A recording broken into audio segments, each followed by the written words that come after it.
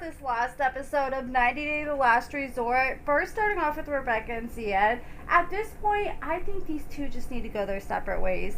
It's so obvious that there's been so much damage done in this marriage that it's starting to get to the point of no return, and it's done so much damage to the point like Rebecca can't even have a conversation with Zied without constantly bringing up the fact that she thinks that he's cheating on her.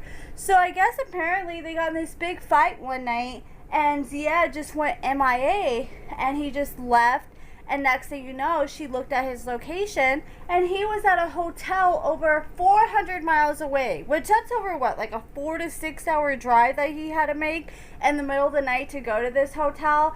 And I'm not buying that he just went to this hotel by himself, because if you're just going to get a room by yourself to cool off for the night, then you're going to go find a local hotel. There's no reason you're going to drive 4 to 6 hours to go to a hotel to a whole nother state. And to me, what that tells me is the fact that he automatically had an option as soon as they got in a fight. That tells me that he had been talking to someone else this whole time and kind of had a backup plan. I think Zied knows that this marriage is pretty much doomed, and he knows that this marriage is headed for the rocks, so he's trying to make sure he has a plan B when that does happen. The fact that as soon as things happen, he already has something set up to where he can go see another girl within hours tells me that he's likely been talking to this girl probably for weeks or months at this point behind Rebecca's back. And I guess Rebecca used to go through his phone, but now she said that he won't even let her go through his phone at all. And to me, that's a giant red flag. I mean, you should be able to trust someone where you don't have to go through their phone.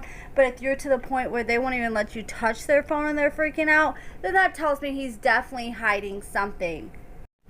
Rebecca and Zied go to their rooms, and they're fighting over the fact that Rebecca can't trust Zied and the fact that she can't go through his phone. And he's like, who said you can't go through my phone? If you want to go through my phone, you can go through my phone anytime that you want to. And she just kind of threw her hands up, and Zied was like, you know what, I'm not trying to hear this no more. So he ended up leaving the room, and I guess they ended up having this therapy session. And after the therapy session, of course, they get in this big fight during the therapy session. So Rebecca goes back up to the room, and she's waiting for Zied to come back up to the room, but instead Zied goes downstairs to hang out at the bar with the boys and other cast members, and Rebecca comes down and she kills the whole vibe. She's going off, she's screaming, she's like, I've been waiting my ass upstairs for you this whole time. And Zied was like, well, you know, I just wanted to hang out with them. Yes, I'm here for therapy, but I also want to try to take advantage of getting to know some of these people while I'm here. And I think if it was up to Rebecca,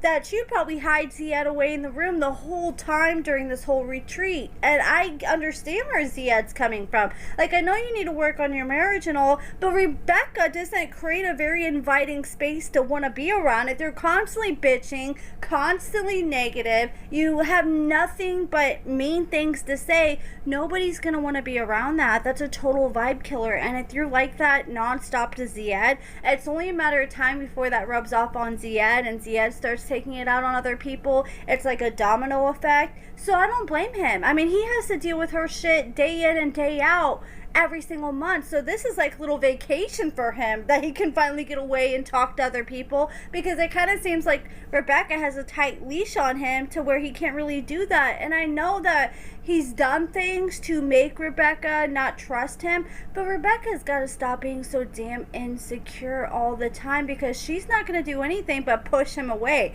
I mean, he's probably at that point where he's trying to find a backup plan, because she's probably been accusing him of cheating for so long that he's probably gotten to the point like, damn, if you're going to keep accusing me of cheating all the time, I might as well do it, because I'm being punished for it either way. This is why, if you're going to get into a big age gap relationship like this, that you got to really make sure you have a lot of self-confidence, because otherwise you're going to take it out on the other person constantly. And you can tell that Rebecca doesn't have a lot of self-confidence, so she's constantly scared that Zied's going to replace her with a younger, prettier version of her.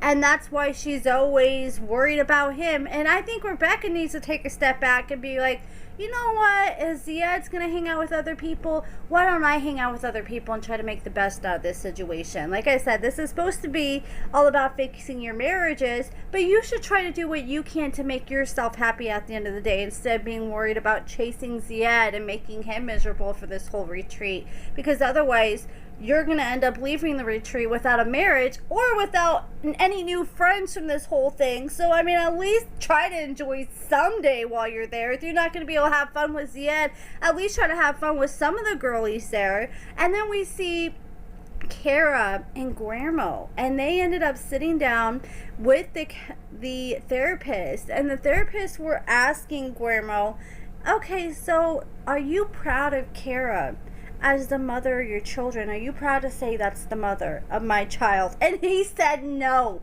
And I'm not gonna lie, when he said that, I was like, damn, that is scandalous. If I was Kara, that would be like a knife through the freaking kidney if that was her. I was hurting for Kara when he said that. But then later on, they had this like get together where they're all dressed up, they're all sitting down eating.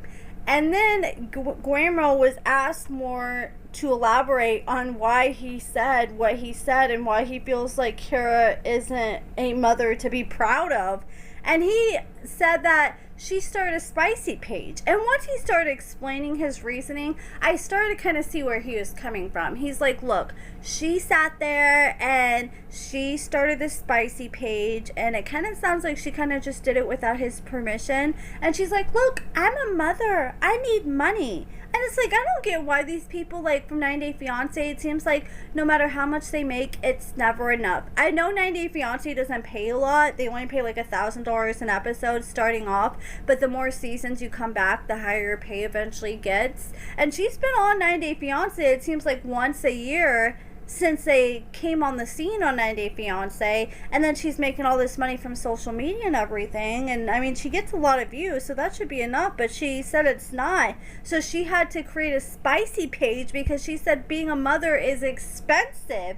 And at first she's like, you know, I'm just gonna show what I show on Instagram. I think a lot of girls get their foot in the door when they're in relationships with their boyfriends and convince themselves, so let me make this spicy page. It's nothing gonna be extra from what they already see on my IG. I'm just gonna charge for it. But then eventually what happens is these people want to see more and more. People get tired of just seeing you in your bikini, and people want to see what's underneath that bikini. And that's what happened with Kara. They kind of started slowing down, spending money, and they're like, yeah, we're trying to see that coochie and some boobs. And she decided to provide what they wanted, and she started sending nudes, and Guillermo could not get behind that. And it kind of seemed like for Guillermo, he knew she was selling like spicy content and sexy pictures, but I don't think he realized that she was doing full-on nudity. And he's like, yeah, I just cannot get behind that. As someone who's the mother of my child, how can I say I'm proud of the mother of my child when she's doing stuff like this, when my child's gonna grow up knowing she did stuff like this? And you know, once you put stuff on the internet, it's forever. Even if it's behind a paywall, there's probably gonna be someone who saves those pictures, who's gonna post them on Reddit, put them on Google Images or something, where people are gonna, even if she does delete her OF, years down the road, people are still gonna be able to come across these kind of photos. And Guillermo can't get behind that, especially like men from different cultures. They're less welcoming and open about women doing stuff like that compared to men in the United States. And after he explained his reasoning, I can get that. You're married to the woman, she promised she would do nothing like that, and now she's switching up. And she was going off on Guillermo about how he's not supporting her, so she got into OF.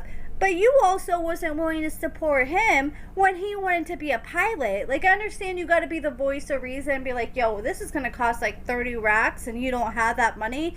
But she didn't support him whatsoever. She should have been like, you know what, I support you, baby. I can't really help you with the money, but I support you. I'll help you figure it out. Maybe we can look into some loan options or something. But she didn't show any kind of support when it came to his dreams. So she can't be upset when he's not supporting her when it comes to her dancing dreams. And I don't blame him for not trusting her, because he's like, yeah, she goes out and dances, she parties, she acts wild, she's gone till 4 in the morning. Then it comes to find out that I guess apparently some of the guys that she was dancing with, or who was at this event she was dancing for, she ended up meeting one of the guys and banging him while they were broken up. And they both admitted that they banged other people. And you know what I thought was funny? Guillermo was like, yeah, I slept with other people.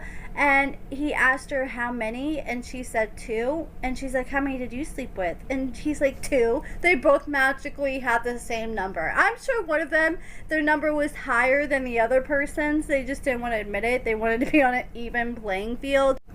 At this point, I think there's just been so much damage in Kara and Guillermo's marriage, and in Zied and Rebecca's marriage, that they both just need to go their separate ways. And it's been obvious that Kara and Guillermo have been separated for so long before this retreat that they really had no business even coming here to begin with, in my personal opinion. And I wonder if it's going to come out that Kara slept with Jamal. That's what I really want to see come out this season. Now, that would be some tea. If they don't come out this season, I'm sure it's going to end up coming out during the tell-all. And you know what's crazy? In the last weeks between the sheets, Kara admitted that when Guillermo used to take craps on the toilet, she used to sit on his lap. Like, what kind of weird shit is that? Like, I don't even want to walk past you in the hallway with the door shut when someone's taking a crap, because that shit stinks. I don't want to sit on their lap and listen to them drop off the kids in the pool. Like, that's just nasty to me.